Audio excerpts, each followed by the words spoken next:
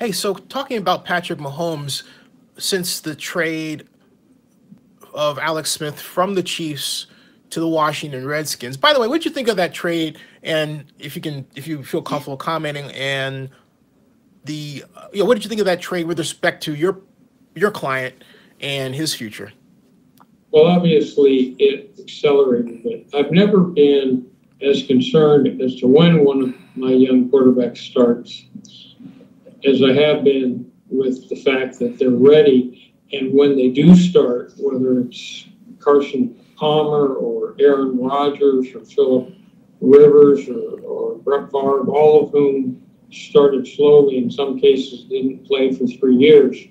What I'm really concerned with is once they get the nod, can they now sustain this for 12 to 15 years? So that really is the key. The Chiefs were in a situation where you simply can't deny that Alex Smith has been a winning quarterback and has been an excellent quarterback. But they couldn't get the next step through the playoffs to the Super Bowl. This has happened over and over and over again. And so I think that it's a trade that works out really well for both sides because Alex Smith is a quality starting quarterback. He was really nice to Patrick. He gave him lots of advice. He could have just stonewalled him, more akin to Montana and Steve Young, but he didn't. And so now Patrick gets his chance to start. Andy Reid is there. He's a quarterback whisperer. They run a really lively offense. He's got good tools. So much of this is the situation that a player walks into. So I'm trying to keep the expectations reasonable here because he's still a young starting quarterback, but he can do any freakish things with the football. Yes. His ability to throw from off balance, from on the run, from the pocket, with just the right touch on it. And you look at the pass and say, where'd that come from? But I think last year at Pro Scouting Day, the very last play he did was he stood at Texas Tech in Lubbock on the 25-yard line and threw it across the 50 into the other end zone and through the end zone. It was like an 85-yard pass that was accurate. And so he's going to be lots of fun for people to watch. Hey, so what have you been monitoring, maybe out of the corner of your eye, euphemistically, the Chiefs' changes? Looks like they're about to overhaul their defense, and they've made a couple of trades, actually one major trade over the past 24 hours. But my question is, with respect to Jacksonville's success and near victory against the Patriots and that super fast defense, are we seeing, because of that, even though Jacksonville didn't win the AFC Championship and Philadelphia had a similarly structured defense, that teams are looking at that, and we're going to see a lot of organizations restructure their defenses, and it's going to make and it's obviously is that what the Chiefs are trying to do by your estimation? Well, that's one goal. But what you need to know is that football adopted a concept of parity. And so as not to have the same franchises dominate over and over again, but they would get new and fresh teams into the mix. So the draft is structured in a way where a team like the Philadelphia Eagles now drafts 32nd in the first round. The second factor, though, is the salary cap, and that really has changed football. So you have a limit to how many great players, or more to the point, big cap numbers can go against that cap and still fit everyone into the hole.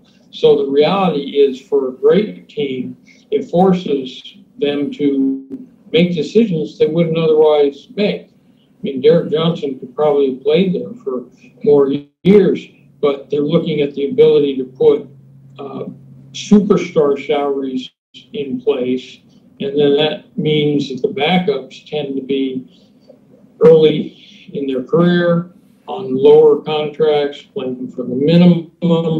And so you've got a whole set of things going. A winning team is going to have its own free agents valued and vaunted by other teams who want to touch that Super Bowl or playoff magic.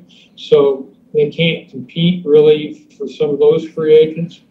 Their own players in a winning situation will all believe it was their unique combination that allowed the team to win, and they want new contracts. And then, you know, you have incumbent veterans who are getting older and have huge cap numbers, and so teams will get rid of them. So if this had been 30 years ago football, a team wouldn't get rid of a player.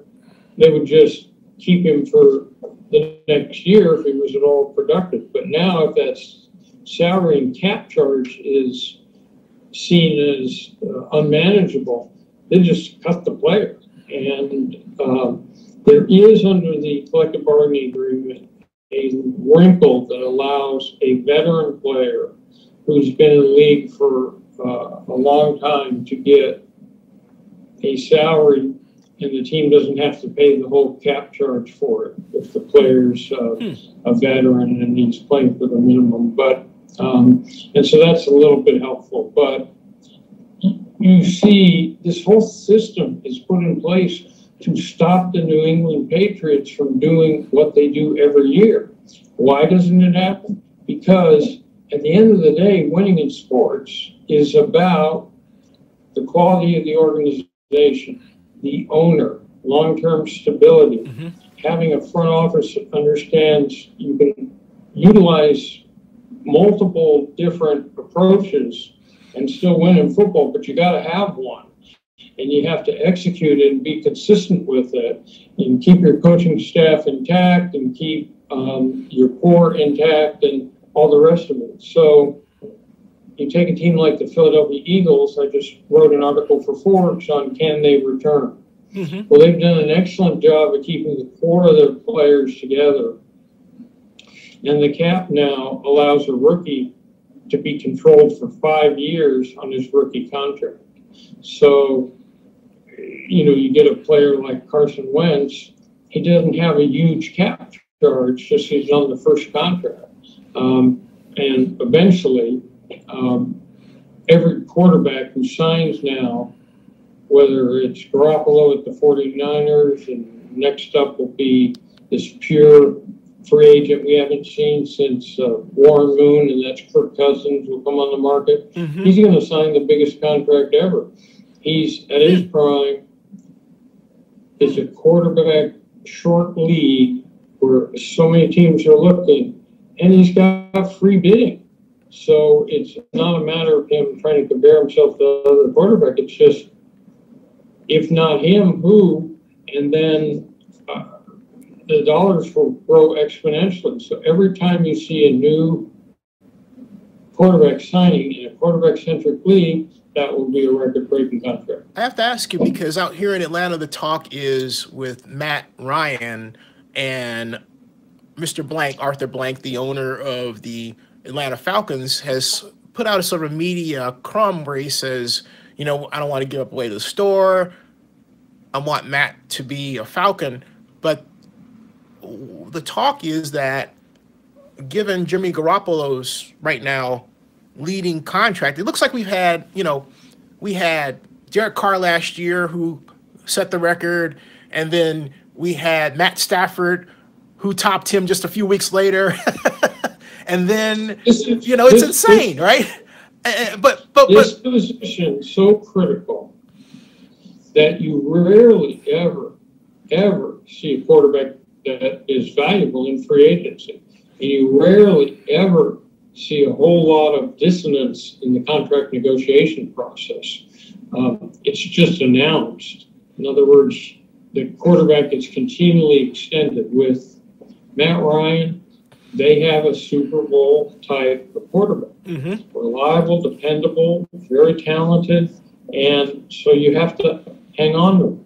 Now, there are players. The premium example is Tom Brady, who's probably taking half of what he otherwise could get, because nobody has better vested interest in the team winning and getting the Super Bowl than the quarterback. He's the most visible figure. He's the one that's going to get all the endorsements. He's the one who's life will change. He's the one most likely to be picked MVP, and his branding process will come out of that. I went through that for 3 years with Troy Aikman, for a year with Steve Young, for a year with Ben Roethlisberger. You've got a game watched by 110, 115 million people. So there are times where a quarterback will take a discount to open up cap room. But all I will tell you is that scarcity continues to be there. And Atlanta's lucky because it's got one of the 10 best quarterbacks in football. And if not Matt Ryan, who and when? Hey, I'm curious, who jumps first, Kirk Cousins or Matt Ryan?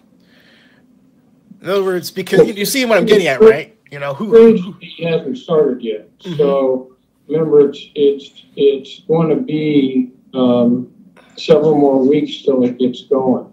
But I guarantee you there have been discussions already occurring, and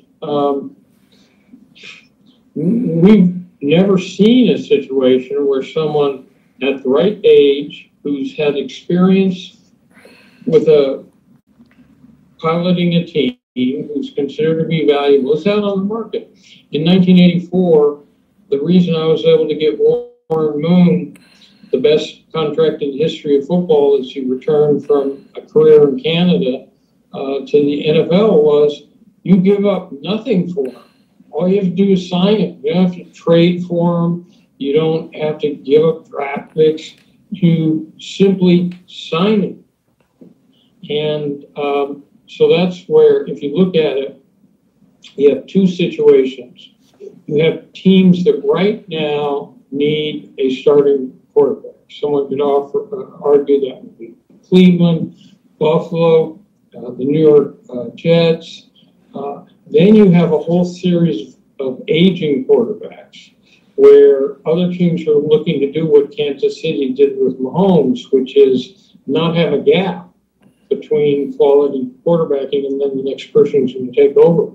And those would be the New York Giants, the San Diego Chargers, the New Orleans Saints. The Arizona Cardinals actually need one right now, but they also be in that category because Eli Manning and Drew Brees and Philip Rivers and Pittsburgh and Ben Roethlisberger, those quarterbacks still can play, some of them at the top. But if you don't have as a team that backup or reserve ready to go and with some seasoning, it can be horrific.